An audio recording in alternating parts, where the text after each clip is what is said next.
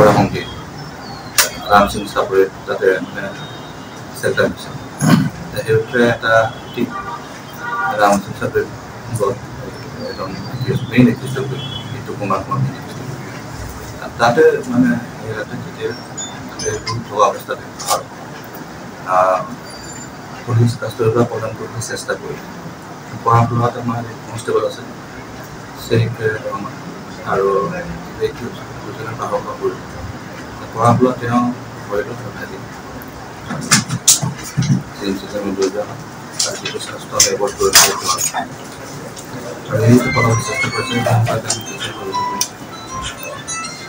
গোটেই বস্তুটো এনেকুৱা হ'ল যে এটিএমৰ মানে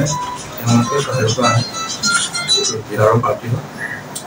আৰু তেওঁলোকৰ মগজৰ চপেনটো এনেকুৱা তেওঁলোকে এটিএমৰ গোটৰ মানে বাহিৰত ৰৈ থাকে তেনেকুৱা ভালেৰে গৈ কোনোবা কাষ্টমাৰ আহে নেকি মানে বৰতীয়া মানুহ মহিলা মানুহ তেওঁলোকে চাই যে এইটো কামটো মানে কিবা অসুবিধা পাইছে কোনোবা যদি তেনেকুৱা অকলশৰীয়াকৈ প্ৰতিমত সোমায় পিছফালে এজন সোমায় সোমাই পেলাই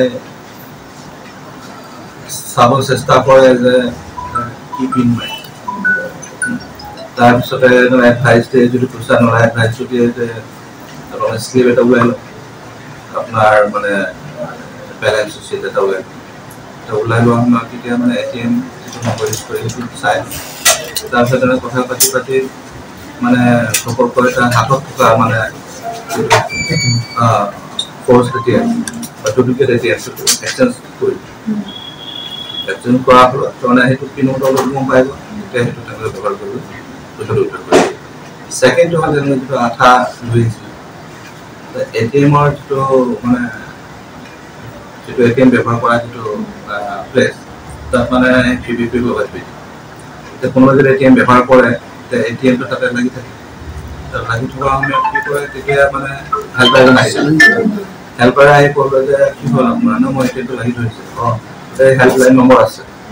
তেওঁলোকৰ হেল্পলাইন নম্বৰত কাগজৰ লগত সেইটো পেষ্ট কৰি দিব এই তাত ফোন কৰিলে আপোনালোকে মানে হেল্প পাব ফোন কৰে ফোনটো আকৌ তেওঁলোকৰ বাহিৰত হৈ থকা মানুহ এজনে কৰিব তেওঁ কয় যে হয় আমি SBI মানুহ হয় বা যিটো বেংকৰ মানুহ হয় আমি চিন্তা কৰিব নোৱাৰোঁ আমি খবৰ পাইছিলোঁ যে এটিএম ফক্স কেইজন মান মানে ঘূৰি আছে সেই বিষয়ে চাৰিওফালে আমি চিঠি লগাইছোঁ আৰু পোনফালেকে সুপ্ৰিয়া মানুহ এটিএমৰ ওচৰতে মানে ঘূৰি পোৱা দিছিলে তেওঁলোকৰ চাল চলন্ত ছাস্পেচ আছিলে তাই দুজনক মানে সোধ কৰিব পৰা তাতে ধৰা অন দ্য স্পট তেওঁলোকৰ ব্যক্তি চেক কৰা তাৰ বেগত দেখা পালে যে মানে বহুত বস্তু আছে তাতে এটিএম আছে তেওঁলোকৰ বেগত 4-5টা তাৰপিছত তাতে স্ক্ৰু ড্ৰাইভাৰ আছে তাতে আঠা আছে কালাৰ পেঞ্চিল আছে তেনে বিভিন্ন সামগ্ৰী আছে তাতে ভালদৰে খোজ কৰোঁতে